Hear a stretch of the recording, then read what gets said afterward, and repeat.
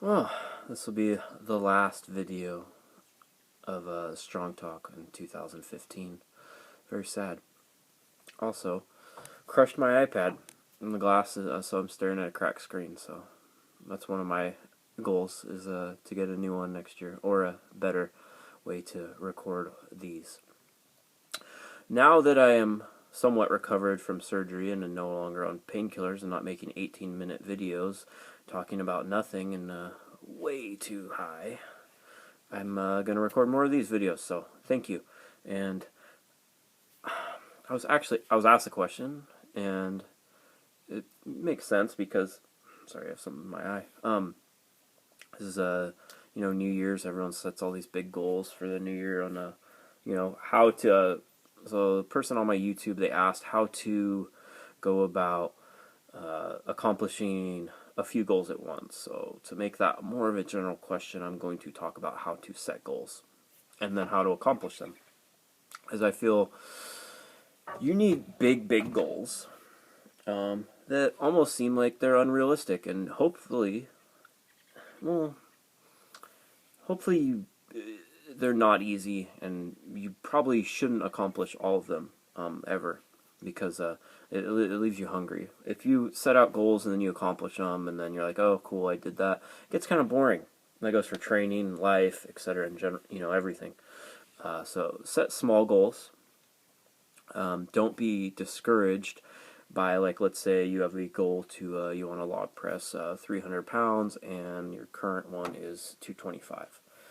That's a long ways off unless you just started and whatever. But then don't, and if at the end of this, 2016, you end up you have a 275-pound log press, I wouldn't consider that a failure.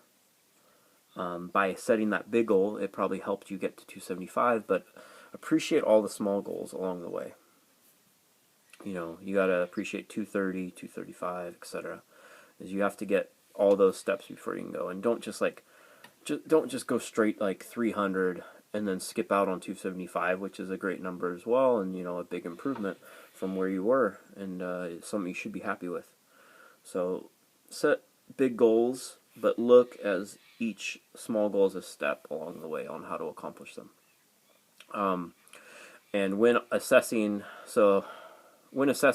what you probably should be setting as your goals, and I'm going to just talk specifically if you're competing in strongman on this, is what the smart way to do it is, let's say it's fun to have these max lifts, or like, I want to deadlift 700 pounds, or I want to, press a 220 pound dumbbell or whatever. But is that what's actually going to make you a better competitor? Or is that just what you want for yourself? Is that what's going to help you qualify for nationals, or win your state championship, or improve from your 12th place finish to a podium at nationals? I don't know. Probably for me, that wouldn't be my weakness, and the static strength. I was good at that. So a good way to look up a contest. A national level contest works because there's going to be a variety of people. It depends on what your major goal is for next year. If your major goal is by the end of the year, I want to compete in nationals, or in June for USS nationals or whatever, look at the previous year. Look at your weight class. If you have never competed there, look at what the top 10 in each class kind of got for each event, and put in what your own numbers would be, and the ones that you score the least in are what you should focus on for the next year. So if you're like, well, I'm probably, and of course training and contests do not correlate one-to-one, and there's difference in equipment, but this is a good way to get a general look on how you should assess what your current strengths and weaknesses are, and how you should set goals for the new year if you want to be a better competitor. So in the log press for reps, I'd probably, I could probably get in the top 10. Versus the yoke, I can't even do that weight, or I'm going to be really slow at it. Then you said, okay, I need to prioritize my yoke walk if I want to compete at this contest in the following year and make that my long-term goal.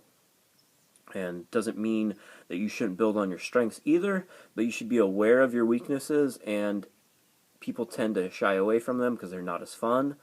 The things we suck at are not as fun to do, but it's what we need to do. So, just put out a plan and then work backwards. Say, okay, I need to have a, 600-pound yoke I need to be able to do that in 8.5 or less seconds for 60 feet. Okay, so we have that. Then you take what you currently do. So right now I can do a 450-pound yoke for 6.5 seconds. So what happens when you do, 8.5 seconds. Okay, so you're 150 pounds off with the right speed. So what is limiting that progression for you to maintain that speed with 150 more pounds? Is it your core stability? Is it your foot speed? Is it imbalances in your leg, leg strength side to side? Is it purely technique and you don't know how to get tight? Do you just simply need to get stronger? So just kind of then you can look and assess what you actually need to work on, and and apply that so you can actually set your goals. So to sum it up, don't just work on the things you want. If you actually plan to compete, if you just train for no reason at all and just to be cool on the internet, then just keep working on those strengths, like I will be.